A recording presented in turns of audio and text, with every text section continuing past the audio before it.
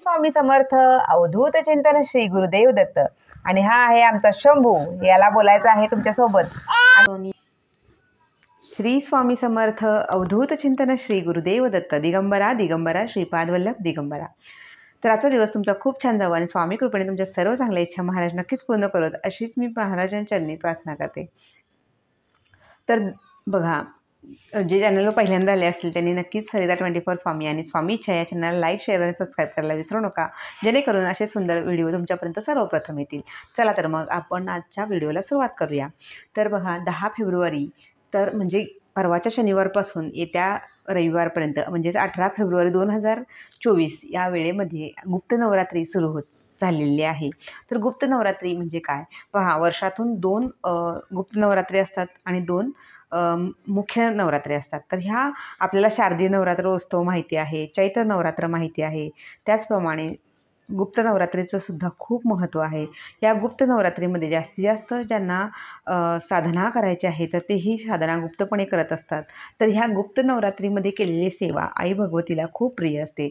तर आपण ह्या कोणत्या सेवा करायच्या आहेत किंवा अजून काय काय आपण गोष्टी करू शकतो याबद्दल आपण थोडक्यात माहिती आज घेऊया. तर पहा, गुप्त नवरात्री म्हणजेच आपण आई भगवतीची जास्तीत जास्त सेवा आपल्याला करायची आहे. मग ती सेवा आपण वेगवेगळ्या प्रकारे रुजू करू शकतो. तर तुमची जी कुलदेवी असेल तर त्या कुलदेवीचासुद्धा तुम्ही त्यांचीसुद्धा एक व्यवस्थित तुम्ही जर सेवा सुरुवात केली तर तीसुद्धा आई भगवतीला खूप प्रिय असते. कारण कुलदेवी, कुलदैवत हे जर आपले पहिल्यांदा आपण त्यांची पूजा, आराधना जर व्यवस्थितरित्या पूर्ण केली तर पूर्ण आपल्या कुलावर त्या देवीचा आशीर्वाद राहतो, कृपाशीर्वाद मिळतो आणि देवीसुद्धा आपल्यावर खूप प्रसन्न राहते. तर या गुप्त नवरात्रीमध्ये आपल्याला पहा, कमीत कमी 14 पाठ दुर्गा सप्तशतीचे करायचे आहेत. तुम्ही संकल्प घेऊन ही सेवा करू शकता. तुम्हाला नसेल जमत तर किमान एक दुर्गा सप्तशतीचा पूर्ण पाठ, कुठलेही पाठ म्हटलं की पूर्ण त्यात जेवढे अध्याय आहेत तर ते पूर्ण पाठ, म्हणजे एखादा तुम्ही ग्रंथ घेतला तर त्या ग्रंथाचं पूर्ण पारायण जेव्हा हा शब्द येतो तेव्हा ते पूर्ण त्यातले जे अध्याय असतात ते आपल्याला वाचन करायचे आहेत. तर ही गोष्ट समजून घ्या. तर आपण कमीत कमी रोज 2-2 अध्याय वाचूनसुद्धा ही जे आपलं हे आहे दुर्गा सप्तशती आहे ह्याचे पाठ आपण करू शकतो. तर 14 दिवस आपल्याला ह्या नवरात्रीमध्ये किमान एक दुर्गा सप्तशतीचं पाठ करायचं आहे. ओम ऐं ह्रीं क्लीं चामुंडाय विचे हा जो 99 मंत्र आहे, जो देवीचा खूप अत्यंत प्रिय मंत्र आहे. ओम ऐं ह्रीं क्लीं चामुंडाय विचे. तर याला 99 मंत्र म्हणतात. हा 99 मंत्राचं सुद्धा आपल्याला किमान 1 माळा, 11 माळी, 21 माळी जर का तुम्ही संकल्प करून जर ह्या सेवा सुरू केल्या तर त्यासुद्धा आई भगवतीपर्यंत आपल्याला पोहोचवण्यासाठी खूप महत्त्वाच्या असतात. तर तुम्हाला यथाशक्ती, यथाभक्ती जसं शक्य आहे तशा तुम्ही ह्या सेवा करू शकता. कोणी दुर्गा सप्तशतीचा पाठ वाचेल, कोणी कुंकुमार्चन करेल. पहा, जसं आपण आपल्या कुलदेवीचा टाक घरी असेल किंवा जो तुमच्या देवीचा टाक घरी आहे, म्हणजे माता लक्ष्मी असेल, रेणुका माता असेल किंवा तुळजापूरची तुळजाभवानी मातेचा टाक जर तुमच्या घरी असेल तर महाराष्ट्रातल्या ह्या 3.5 पीठातलीच 3 देवी असतात किंवा वणीची सप्तशृंगी माता असेल तर या तुमच्या कुलदेवीपैकी कुठलीही जरी ती कुलदेवी असेल तर त्या देवीचा आपण टाक घरात प्रत्येकाचाच असतो कुलदेवतेचा. तर आपण त्या टाकावर कुंकुमार्चन करायचं आहे. तर ही सेवासुद्धा आपण करू शकतो. त्याचबरोबर दुर्गा सप्तशतीचे पाठ झाले, कुंकुमार्चन झालं, नवार्णव मंत्र झालं किंवा तुम्ही म्हणाल तर मग आपण मॅक्झिमम ह्या सेवा तुम्ही सामूहिकसुद्धा करू शकता. म्हणजे तुमचे जे काही जवळचे तुमच्या मैत्रिणी असतील, जसं आपण भिशीसाठी एकत्र येतो तसं सेवेसाठी सुद्धा एकत्र आलं तरी त्याचासुद्धा खूप सामुदायिक सेवेमुळे काय होतं की तेवढ्या पटीने समजा तुम्ही 11 स्त्रिया, महिला एकत्र येऊन ह्या सेवा करत असाल तर ते 11 पटीचं पुण्य तुम्हाला मिळत असतं. म्हणून तुमच्यामुळे सुद्धा कोणी जर सेवा करत असेल आणि त्यांचे प्रश्न कळत नकळत सुटत असतील तर त्याचं पुण्यसुद्धा तुमच्या पदरी येतं आणि तुमच्यामुळे कोणीतरी सन्मार्गाला लागलेलं असतं. तेव्हा सामूहिक सेवेसुद्धा खूप महत्त्व आहे. तर जास्तीत जास्त तुम्ही ह्या सेवा सगळ्यांपर्यंत पोहोचवा, तुमच्या मैत्रिणींपर्यंत पोहोचवा. असंही आपण व्हॉट्सअपवर बऱ्याचदा काही गोष्टी अशाच फॉरवर्ड करत असतो. जोक्स असतील किंवा असंच अवांतर काही महत्त्वाचे मेसेज नसतील ते सुद्धा आपण ग्रुप्समध्ये किंवा आपल्या फॅमिली आणि फ्रेंड्स ह्याच्या ग्रुपवर किंवा पर्सनली पाठवत असतो. तर आपण ह्या सेवेंबद्दल थोडी माहिती दिली किंवा एखादा हा असा तुम्हाला जर आवडला असेल व्हिडिओ तर तुम्ही हा व्हिडिओसुद्धा शेअर करू शकता, जेणेकरून त्यांना म्हणजे किमान 10 पैकी एकाने जरी ही सेवा केली तरी त्या सेवेतून म्हणजे म्हणतो ना, एक जास्तीत जास्त लोकांनी ह्या सेवा कराव्यात, आई भगवतीची, स्वामींची सेवा करावीत, जेणेकरून आपल्याला कधीच कुणाकडे काहीच मागायची वेळ येत नाही. आणि जर का तुमच्या प्रारब्धानुसार तुमच्या आयुष्यात काही प्रॉब्लेम्स असतील, तर ते प्रॉब्लेम्स म्हणजे त्या प्रॉब्लेममधून पार करण्यासाठी सुद्धा आपल्याला हे शक्ती मिळत असते. तर बघा, गुप्त नवरात्रीमध्ये आपण आता दुर्गा सप्तशती पाठ करतोय, 99 मंत्राचा जप करतोय, कुलदेवतेची सेवा करतोय आपण, त्याचबरोबर टाकावर कुंकुमार्चन करतोय. याचबरोबर अखंड दिवा जर तुम्हाला या 9 दिवसात लावता आला तरी तुम्ही लावू शकता. तर तुम्हाला जर इच्छा असेल, नक्कीच तुम्ही ह्या सेवा करा. तसेच आपल्या कुलदेवतेला तुम्हाला जाऊन जर तिची मूळ स्थानावर जर ओटी भरता आली, तर तिथे जाऊन तुम्ही ओटी भरा. 11 अलंकारासहित मानसन्मान करायचा प्रयत्न करा. नसेल, किमान तुम्ही घरच्या देवाऱ्यातल्या जी आपली कुलदेवी आहे तिचा तुम्ही तिची ओटी भरून तुम्ही तिचा मानसन्मान करा.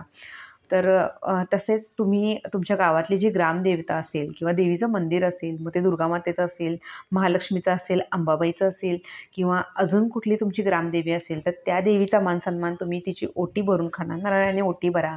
हार, फूल, फळे, प्रसाद ह्या गोष्टी तुम्ही द्या. तो प्रसादसुद्धा तुम्ही बाकीच्यांना सुद्धा वाटू शकता. शक्यतो परान्न घेऊ नका या काळामध्ये. काही जण खालीसुद्धा झोपतात. जसं नवरात्रातले नियम आहेत तसे सेम नियम या नवरात्रातसुद्धा काही जण त्याचं पालन करतात, फलाहार करतात, एक टाईम उपवास करतात.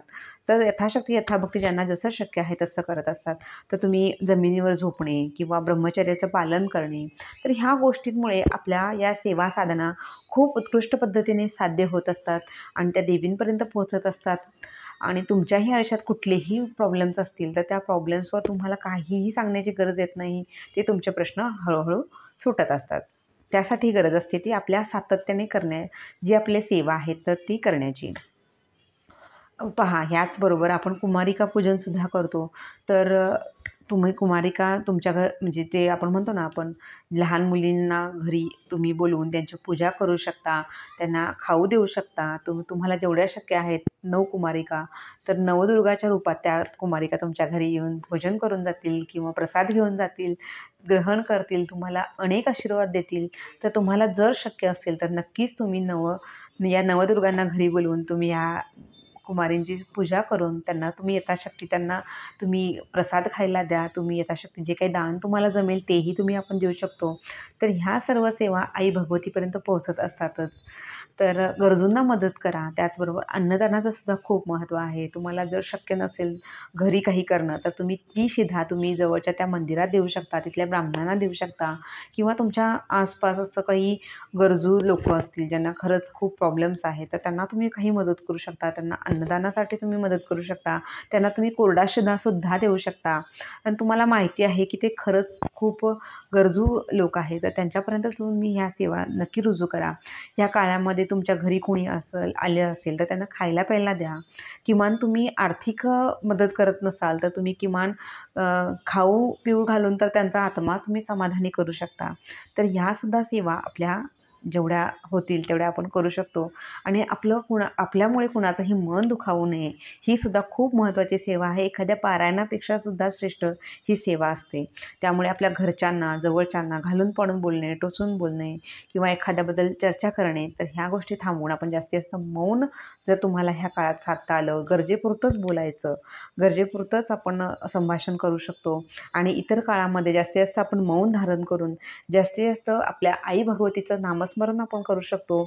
एखादा मंत्र असेल, तुमच्या कुलदेवतेचा मंत्र असेल किंवा 99 मंत्राचा तुम्ही जप करू शकता.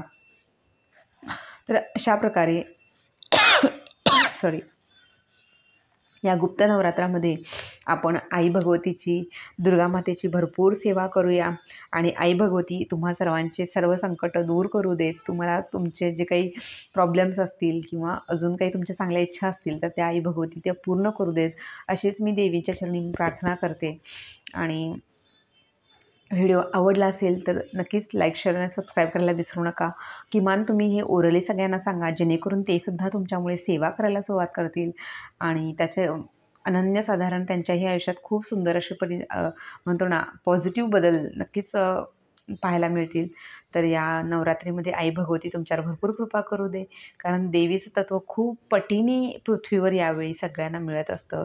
पण ते ग्रहण करण्यासाठी आपणही आपला सेवेचा बँक बॅलन्स आपल्याला वाढवायचा आहे. कारण पहा, आपण संकटकाळी कुणाला हाक मारतो, की जेव्हा आपल्याला कोणीच दिसत नाही तेव्हा स्वामी दिसतात, आपली देवी दिसते किंवा आपलं जे काही आराध्य दैवत आहे ते दिसतं. तर मग तेच मला वाटतं, की ह्या संकट काळात त्यांनी तुम्हाला मदत करायला हवी. तर त्या मदतीसाठी सुद्धा तुम्ही तुमच्यासुद्धा पुण्याचा बॅलन्स इतका वाढवा, की त्या पुण्याच्या बॅलन्समुळे तुमच्यावर येणारं संकट कुठल्या कुठे पळून जाईल हे कळणारही नाही. म्हणून जास्तीत जास्त जसं आपण बँकेत पैसे ठेवतो आणि जेव्हा गरज असेल तेव्हा वापरतो, तसंच हे आपलं आहे. जेवढा आपण पुण्यकर्म करतो किंवा सेवेचा बँक बॅलन्स वाढवतो, तेवढा तो बॅलन्स आपल्याला आपल्या संकटकाळी, आपल्या अ, वाईट काळामध्ये आपल्याला तो उपयोगी पडत असतो. म्हणून म्हणजे म्हणतो कोणीही तुम्हाला असं सांगणार नाही, पण हे खरंच खूप महत्त्वाचं आहे. आपण ज्या पुण्यकर्म करतो किंवा ज्या काही आपल्या भगवंताच्या सेवा करतो, तर या सेवेमुळे आपला बँक बॅलन्स वाढत असतो आणि छोट्या-छोट्या कारणास्तव सुद्धा तो खर्च होत असतो. म्हणजे आपण एखाद्याचं मन दुखावलं, वाईट बोललो, तर त्या कारणास्तव सुद्धा खर्च होत असतो. कमवायला खूप वेळ लागतो, पण तो घालवायला खूप कमी वेळ लागतो.